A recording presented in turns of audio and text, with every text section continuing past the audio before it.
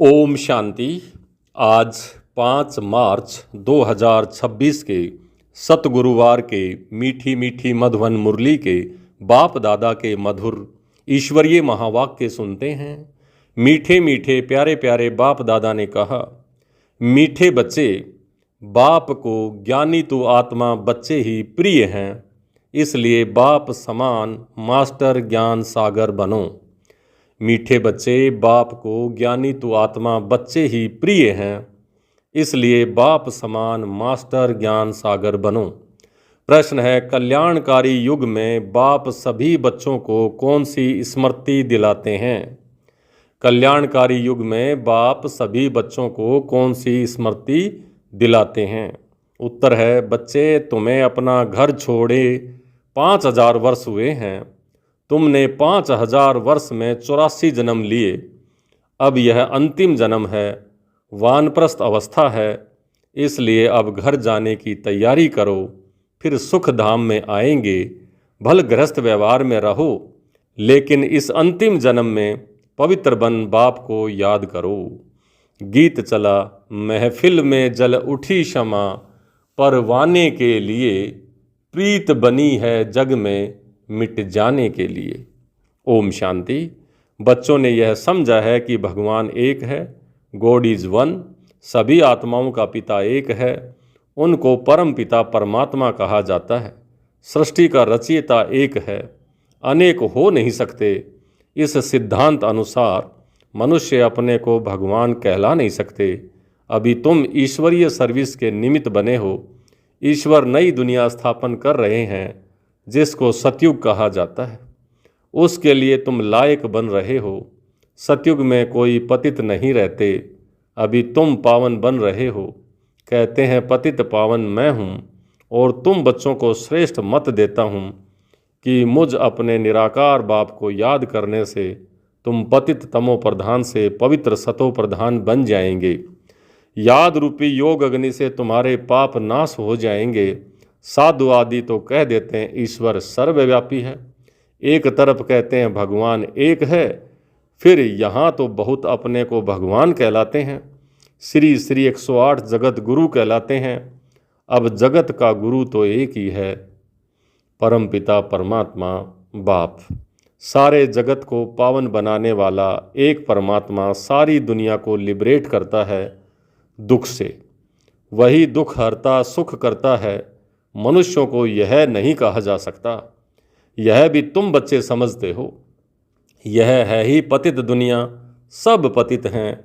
पावन दुनिया में है यथा महाराजा महारानी तथा प्रजा।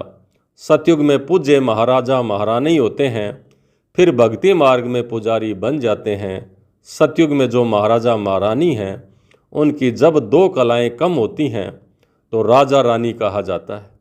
यह सब बातें डिटेल की हैं, नहीं तो 1 सेकंड में जीवन मुक्ति बाप समझाते हैं। भल गृहस्थ व्यवहार में रहो, परंतु यह अंतिम जन्म पवित्र रहो। अब वानप्रस्थ अवस्था है। वानप्रस्थ व शांति धाम एक ही बात है। यहाँ आत्माएं ब्रह्म तत्व में रहती हैं, जिसको ब्रह्मांड कहते हैं। वास्तव में आत्माएं कोई अंडे मिसल नहीं हैं। आत्मा तो स्टार हैं। बाप ने समझाया है, जो भी आत्माएं हैं इस ड्रामा में एक्टर्स हैं। जैसे एक्टर्स नाटक में ड्रेस बदलते हैं, भिन्न भिन्न पार्ट बजाते हैं, यह भी बेहद का नाटक है। आत्मा इस सृष्टि पर 5 तत्वों के बने हुए शरीर में प्रवेश कर पार्ट बजाती है, शुरू से लेकर के। परमात्मा, ब्रह्मा, विष्णु, शंकर सब एक्टर्स हैं। नाटक में भिन्न भिन्न प्रकार की ड्रेस मिलती है पार्ट बजाने के लिए। घर में आत्माएं सब शरीर के बिगर रहती हैं, फिर जब 5 तत्वों का शरीर तैयार होता है तब उसमें प्रवेश करती हैं। 84 शरीर मिलते हैं तो नाम भी इतने बदलते हैं। आत्मा का नाम एक है। अब शिव बाबा तो है ही पतित पावन, उनको अपना शरीर नहीं है, शरीर का आधार लेना पड़ता है। कहते हैं मेरा नाम शिव ही है, भल पुराने शरीर में आता हूँ। इनके शरीर का नाम अपना है, इनका व्यक्त नाम है, फिर अव्यक्त नाम पड़ा है। एक धर्म वाला दूसरे धर्म में जाता है तो नाम बदलता है। तुम भी शूद्र धर्म से बदल ब्राह्मण धर्म में आए हो तो नाम बदला है। तुम लिखते हो शिव बाबा थ्रू ब्रह्मा। शिव बाबा परम पिता परमात्मा है, उनका नाम नहीं बदलता है। शिव बाबा ब्रह्मा द्वारा स्थापना करा रहे हैं आदि सनातन देवी देवता धर्म की, जो प्राय लोप हो गया है। जो पावन पूज्य थे वही पतित पुजारी बनते हैं। 84 जन्म पूरे किए हैं, अब फिर से देवी देवता धर्म स्थापन होता है। गाया हुआ है परम पिता परमात्मा आकर ब्रह्मा द्वारा फिर से स्थापना कराते हैं, तो ब्राह्मण जरूर चाहिए। ब्रह्मा और ब्राह्मण यहाँ कहाँ से आए? शिव बाबा आकर ब्रह्मा द्वारा अडॉप्ट करते हैं, कहते हैं तुम हमारे हो। शिव बाबा के बच्चे तो हो ही, फिर ब्रह्मा द्वारा पौत्रे हो जाते हो। पिता तो एक है सारी प्रजा का, इतने सब बच्चे कुमार कुमारियां हैं, उनको शिव बाबा ब्रह्मा द्वारा अडॉप्ट करते हैं।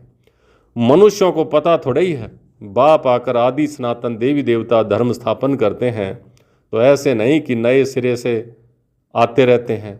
जैसे दिखाते हैं प्रलय हुई, फिर पत्ते पर सागर में कृष्ण अंगूठा चूसते हुए आया। अब यह तो सब कहानियाँ बनाई हुई हैं। यह वर्ल्ड की हिस्ट्री ज्योग्राफी रिपीट होती रहती है।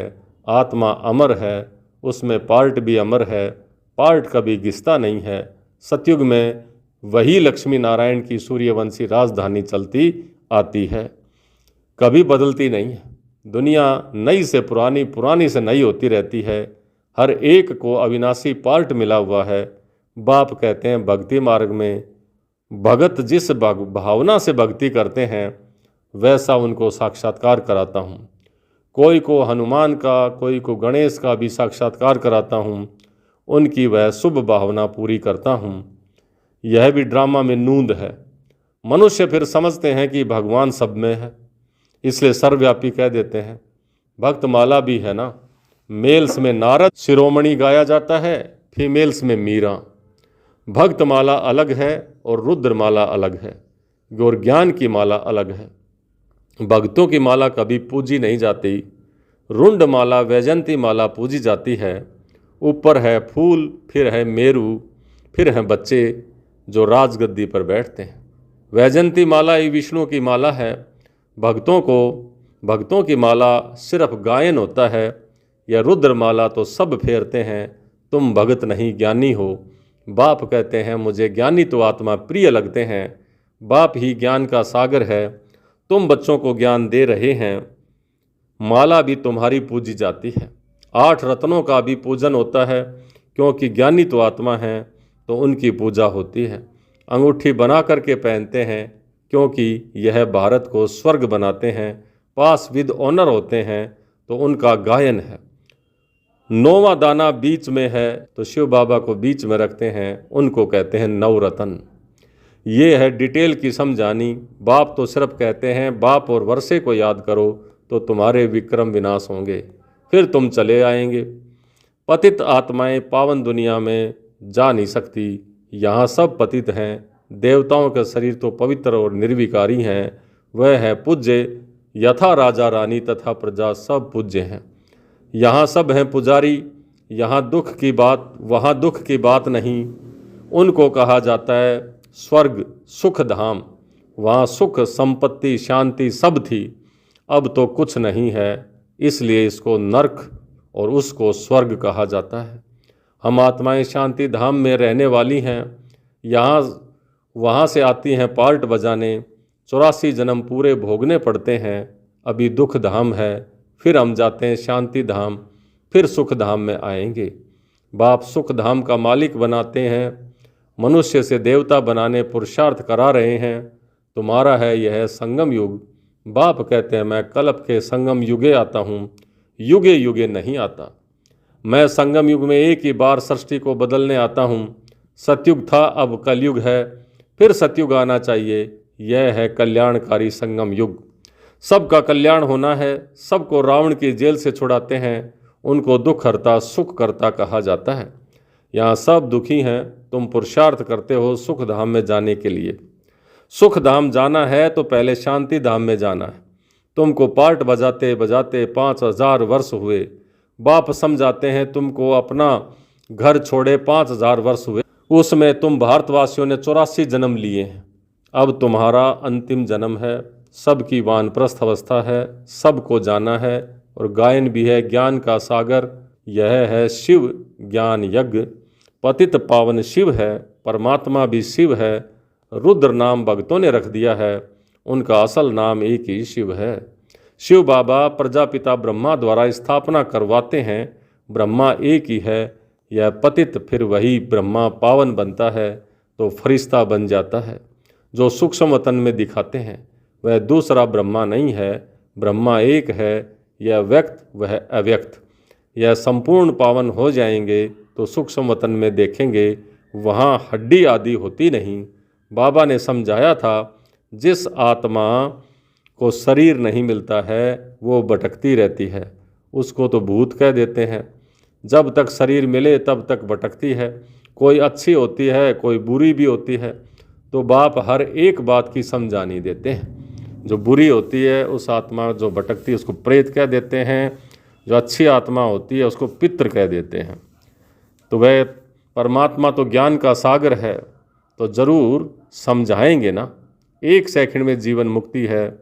अलफ और बे को याद करो तो सेकंड में जीवन मुक्ति का वर्षा मिलेगा। कितना सहज है, नाम यह सहज राज योग। यह समझते हैं भारत का योग यह था, परंतु वह सन्यासियों का 8 योग है। यह तो बिल्कुल ही सहज है।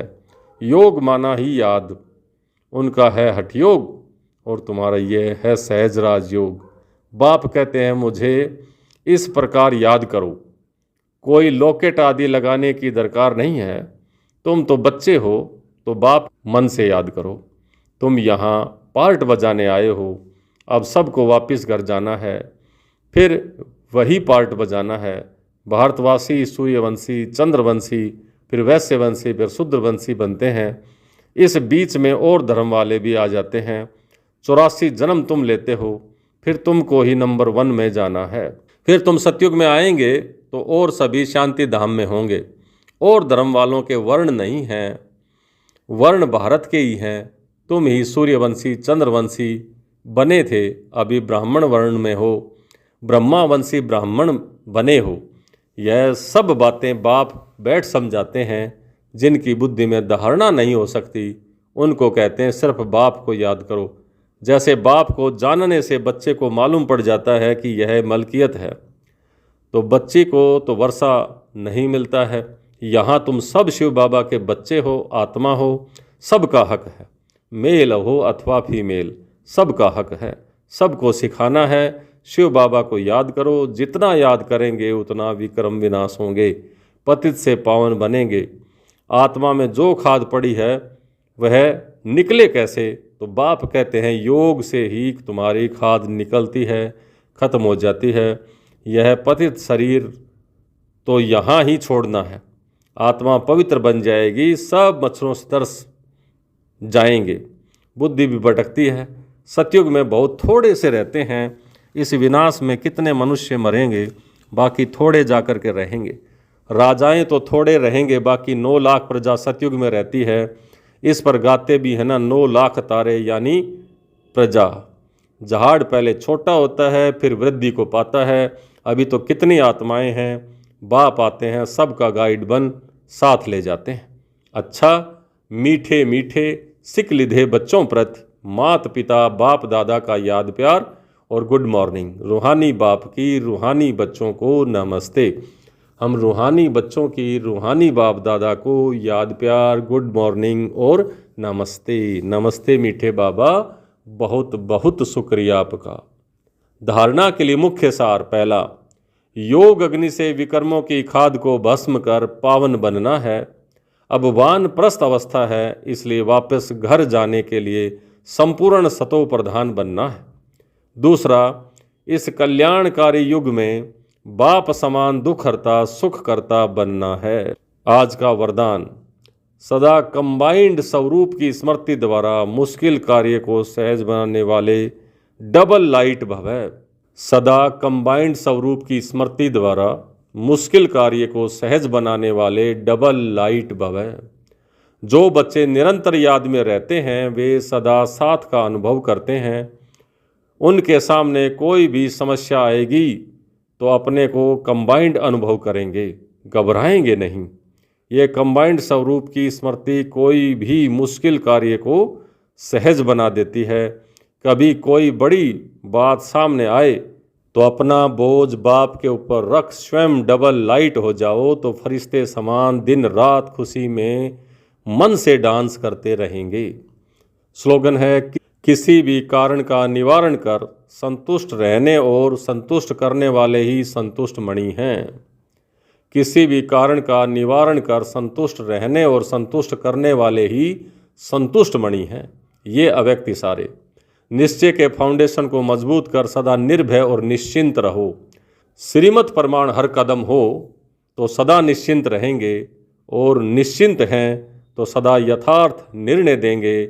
जब निर्णय यथार्थ होगा तो विजयी होंगे। त्रिकालदर्शी आत्मा सदा ही निश्चिंत रहती है, क्योंकि उसे निश्चय है कि हमारी विजय हुई ही पड़ी है। अच्छा, ओम शांति।